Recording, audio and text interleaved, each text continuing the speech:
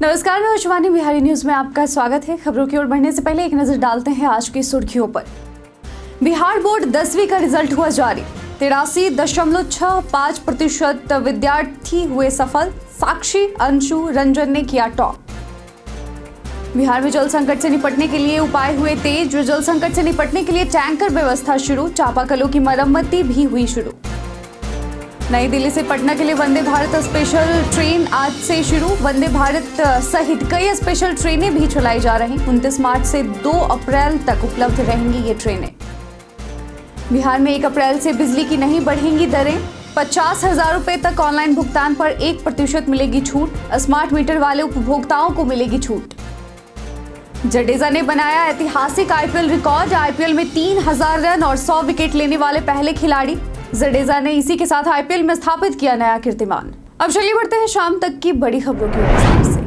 Bihar board 10वीं का result हुआ जारी। साक्षी, अंशु और रंजन ने किया टॉप। जी हां, बिहार स्कूल एग्जामिनेशन बोर्ड ने आज 29 मार्च को 10वीं कक्षा के परिणाम घोषित किए और कुल 15,58,077 छात्र छात्राएं परीक्षा में उपस्थित हुए थे, जिनमें से 12,79,294 ने परीक्षा पास किया और इस वर्ष कुल पास प्रतिशत 83.65% रहा, जिसमें 83.65% लड़के और 80.67% लड़कियां सफल हुई हैं। टॉपर लिस्ट में साक्षी कुमारी, अंशु कुमारी और रंजन वर्मा ने 97.80% अंक प्राप्त कर टॉप किया और इस बार पहले स्थान पर 123 छात्र छात्राओं ने जगह बनाई, जिनमें 60 छात्राएं हैं और 63 छात्र शामिल हैं। कुल 4,70,845 छात्रों ने फर्स्ट डिवीजन, 4,82,012 ने सेकेंड डिवीजन और 3,07,792 ने थर्ड डिवीजन हासिल किया है। कंपार्टमेंट और स्क्रूटनी के लिए आवेदन 4 अप्रैल से शुरू होंगे।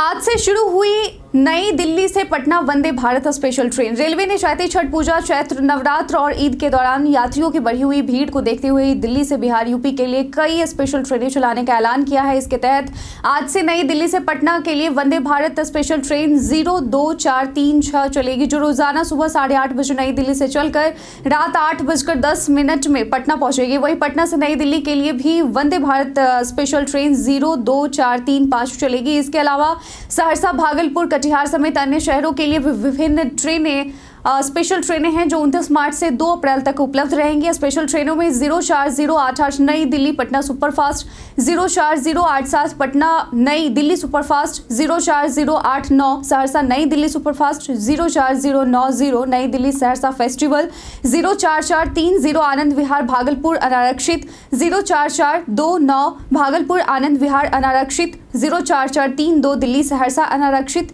04431 सहरसा दिल्ली अनारक्षित और 04438 दिल्ली कटिहार अनारक्षित के साथ साथ 04437 कटिहार नई दिल्ली अनारक्षित ट्रेनें शामिल हैं।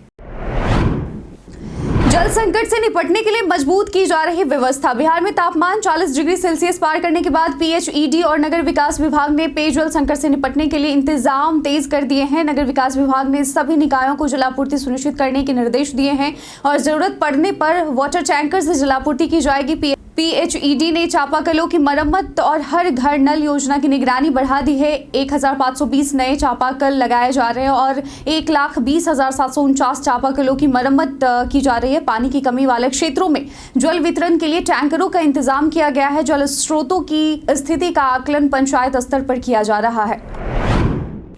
रन फॉर सेल्फ के तहत खगड़िया पहुंचे शिवदीप लांडे। शिवदीप लांडे रन फॉर सेल्फ के संस्थापक बिहार के विभिन्न जिलों का दौरा कर रहे हैं और हाल ही में उन्होंने खगड़िया का दौरा किया। खगड़िया के मटिहानी घाट में मक्का उगाने वाले किसानों से बातचीत करते हुए उन्होंने कहा कि खगड़िया मक्का उत्पादन में एशिया में सबसे आगे है और यदि सरकार इन किसानों को बेहतर सुविधाएं प्रदान करे तो यह क्षेत्र विश्व स्तर पर प्रसिद्ध हो सकता है। इसके बाद लांडे ने रामविलास पासवान के गाँव शहरबन्नी का भी दौरा किया, जहाँ उन्होंने जिले की भौगोलिक स्थिति का आकलन किया। शिवदीप लांडे ने स्पष्ट किया कि उनका लक्ष्य राजनीति में नहीं बल्कि बिहार के विकास में योगदान देना है।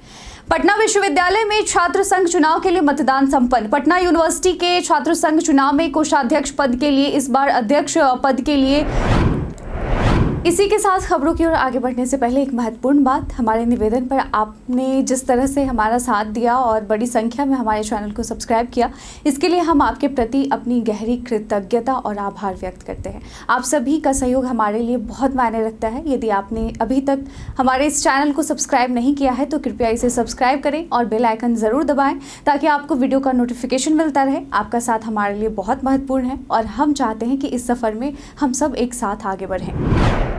पटना विश्वविद्यालय में छात्र संघ चुनाव के लिए मतदान संपन्न। पटना यूनिवर्सिटी के छात्र संघ चुनाव में इस बार अध्यक्ष पद के लिए कुल 8 प्रत्याशी मैदान में हैं। सभी प्रत्याशियों के बीच कांटे की टक्कर देखने को मिल रही है। अखिल भारतीय विद्यार्थी परिषद यानी ABVP की ओर से मैथिली मृणालिनी ने नामांकन किया, जो मजबूत दावेदार मानी जा रही है। वहीं national students union of India NSUI से मनोरंजन कुमार राजा चुनावी रेस में है। छात्र राष्ट्रीय जनता दल यानी RJD ने प्रियंका कुमारी को अपना उम्मीदवार बनाया। मतदान शांतिपूर्ण ढंग से आज 2 बजे तक संपन्न हो गया है और अब मतगणना चल रही है। बिहार में 1 अप्रैल से नहीं बढ़ेंगी बिजली की दरें। जी हां, बिहार में आगामी 1 अप्रैल से बिजली दरों में कोई बदलाव नहीं होगा। हालांकि स्मार्ट मीटर वाले 62 लाख उपभोक्ताओं को प्रति यूनिट 25 पैसे की छूट मिलेगी। इसके अलावा 1.25 करोड़ ग्रामीण उपभोक्ताओं के लिए 54 पैसे प्रति यूनिट सस्ती बिजली मिलेगी, क्योंकि उनके लिए स्लैब में बदलाव किया गया है। स्मार्ट मीटर लगाने वाले ग्रामीण उपभोक्ताओं को 79 पैसे प्रति यूनिट की समेकित छूट मिल सकती है। औद्योगिक उपभोक्ताओं को 50,000 रुपए तक ऑनलाइन भुगतान पर 1% छूट मिलेगी। विद्युत विनियामक आयोग ने औद्योगिक दरों में वृद्धि के प्रस्ताव को खारिज कर दिया है और डिस्कॉम के प्रस्तावों को भी नकारा। मनीष कश्यप ने कहा, मेरे खिलाफ कोई FIR दर्ज नहीं। पिछले 2 दिनों से सुर्खियों में छाए यूट्यूबर मनीष कश्यप ने अब अपने खिलाफ किसी भी प्राथमिकी के दर्ज होने से इनकार किया है। मनीष कश्यप ने कहा कि सारण पुलिस ने उनके खिलाफ कोई FIR दर्ज नहीं की है, जबकि कुछ यूट्यूब चैनलों ने गलत खबरें फैलाने का आरोप लगाया। उन्होंने सारण पुलिस के सामने यह खुलासा किया कि पुलिस ने 11 चैनलों को नोटिस भेजे हैं, लेकिन उनके खिलाफ कोई कार्रवाई नहीं की गई है। मनीष कश्यप ने खुद को बदनाम करने का आरोप लगाते हुए भाजपा से इस्तीफा देने की भी बात कही थी, लेकिन अब उन्होंने अपनी स्थिति साफ कर दी है। 11 मई को आयोजित होगी ITI प्रवेश परीक्षा। बिहार में 151 सरकारी ITI संस्थानों में 32,828 सीटों के लिए औद्योगिक प्रशिक्षण संस्थान प्रतियोगिता प्रवेश परीक्षा ITI CAT 2025 का आयोजन 11 मई को होगा। बिहार संयुक्त प्रवेश प्रतियोगिता परीक्षा परिषद ने परीक्षा की तिथि जारी कर दी है। इच्छुक अभ्यर्थी 7 अप्रैल तक ऑनलाइन आवेदन कर सकते हैं। यह परीक्षा विभिन्न सरकारी ITI संस्थानों में नामांकन के लिए आयोजित की जाएगी। आवेदन प्रक्रिया अभी जारी है और अभ्यर्थियों को अंतिम तिथि का इंतजार नहीं करना चाहिए। इसके अलावा राज्य में 500 से अधिक निजी ITI संस्थान है, जहां भी BCECEB द्वारा परीक्षा आयोजित की जाती है। शिक्षकों के बकाया वेतन का शीघ्र होगा भुगतान। शिक्षा मंत्री सुनील कुमार ने विभागीय पदाधिकारियों को निर्देश दिया है कि शिक्षकों का समय पर वेतन भुगतान सुनिश्चित किया जाए और जिन शिक्षकों का बकाया वेतन है उनका शीघ्र भुगतान किया जाए। शुक्रवार को हुई समीक्षा बैठक में मंत्री ने विभागीय कार्यों पर विस्तार से चर्चा की और आगामी 3-4 महीनों में किए जाने वाले मुख्य कार्यों के बारे में दिशा निर्देश दिए। उन्होंने प्राथमिक शिक्षक से उच्च शिक्षा तक की योजनाओं की अद्यतन स्थिति की जानकारी ली। मंत्री ने साइकिल, पोशाक और छात्रवृत्ति योजनाओं के तहत विद्यार्थियों के खातों में राशि के भुगतान को प्राथमिकता देने की बात कही। 1 अप्रैल से पटना जू में बढ़ेंगी टिकट की दरें, जाने नए रेट। 1 अप्रैल 2025 से पटना के संजय गांधी जैविक उद्यान पटना जू में टिकट और सेवाओं की दरों में वृद्धि की जाएगी। वयस्कों के लिए एंट्री फीस 30 रुपए से बढ़कर 50 रुपए, बच्चों के लिए 10 रुपए से बढ़कर 20 रुपए हो जाएगी। स्कूल छात्रों के लिए प्रति व्यक्ति 10 रुपए की दर लागू होगी। बोटिंग शुल्क 80 रुपए से बढ़कर 100 रुपए 2 सीटर के लिए और 100 रुपए से बढ़कर 120 रुपए 4 सीटर के लिए हो जाएगा। मछली घर का शुल्क वयस्कों के लिए 10 रुपए से बढ़कर 20 रुपए और बच्चों के लिए 5 रुपए से बढ़कर 10 रुपए हो जाएगा। मॉर्निंग वॉक पास भी महंगे होंगे। सुरक्षा के लिए 250 नए CCTV कैमरे लगाए जाएंगे। भवन निर्माण अभियंता तारिणी दास की संविदा हुई रद्द। भवन निर्माण विभाग ने मुख्य अभियंता तारिणी दास को उनके पद से हटा दिया और उनकी संविदा नियुक्ति रद्द कर दी है। उन्हें रिटायरमेंट के बाद संविदा पर नियुक्त किया गया था, लेकिन बिना अनुमोदन के निविदा रद्द करने और निर्धारित अवधि से कम समय में BOQ अपलोड करने के आरोपों का सामना किया गया। विभाग ने उनसे स्पष्टीकरण भी मांगा है, लेकिन संतोषजनक जवाब नहीं मिला। इसके अलावा ED की छापेमारी में तारिणी दास के आवास से करोड़ों रुपए नगद मिलने की जानकारी सामने आई, जिसके बाद विभाग ने उनकी नियुक्ति रद्द कर दी।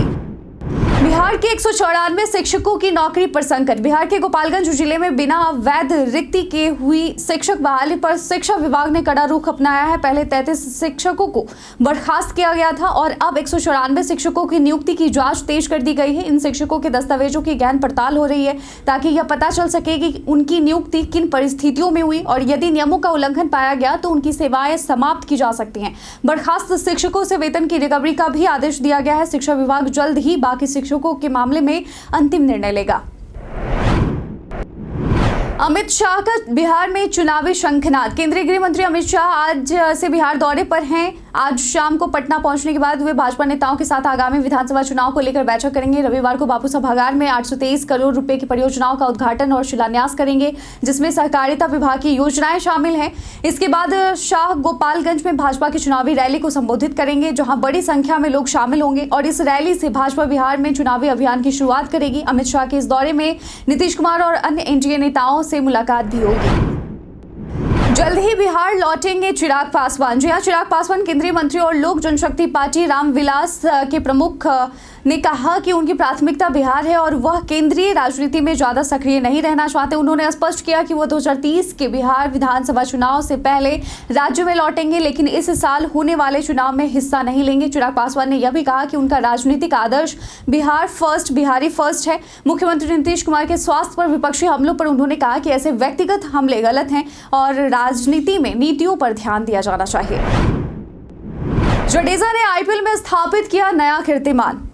रॉयल चैलेंजर्स बैंगलोर के खिलाफ चेपॉक में हुए मैच में रविंद्र जडेजा ने आईपीएल में एक ऐतिहासिक रिकॉर्ड अपने नाम किया। वो पहले ऐसे खिलाड़ी बने हैं जिन्होंने आईपीएल में 3000 रन और 100 विकेट का अनोखा कारनामा किया। जडेजा ने इस उपलब्धि को 19 गेंदों में 25 रन बनाकर हासिल किया, जिसमें 2 चौके और 1 छक्का शामिल थे। हालांकि गेंदबाजी में वो कुछ खास नहीं कर पाए और 3 ओवर में 37 रन खर्च किए, लेकिन उनका ऑलराउंड प्रदर्शन आईपीएल इतिहास में एक नई मिसाल बन गया। जडेजा अब आईपीएल के पहले खिलाड़ी हैं जिन्होंने 3000 रन और 100 विकेट लेने का रिकॉर्ड बनाया।